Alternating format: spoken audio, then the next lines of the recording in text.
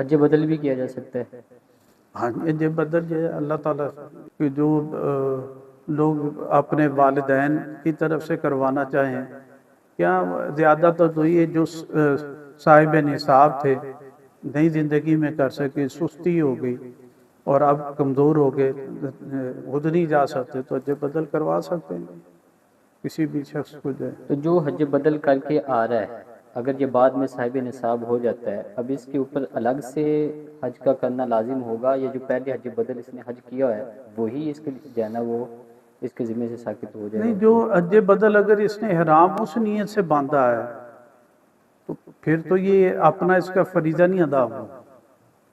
جب یہ اپنی نیت کے ساتھ باندھے گا تو پھر افضل تو یہی ہے کہ ایسے شخص کو حج بدل کروایا جائے جس نے اپنا فرض جو ہے حج کا فریضہ ادا کر لیا ہو۔ اچھا، ہاں ادا کر لیا ہو تو افضل یہی ہے۔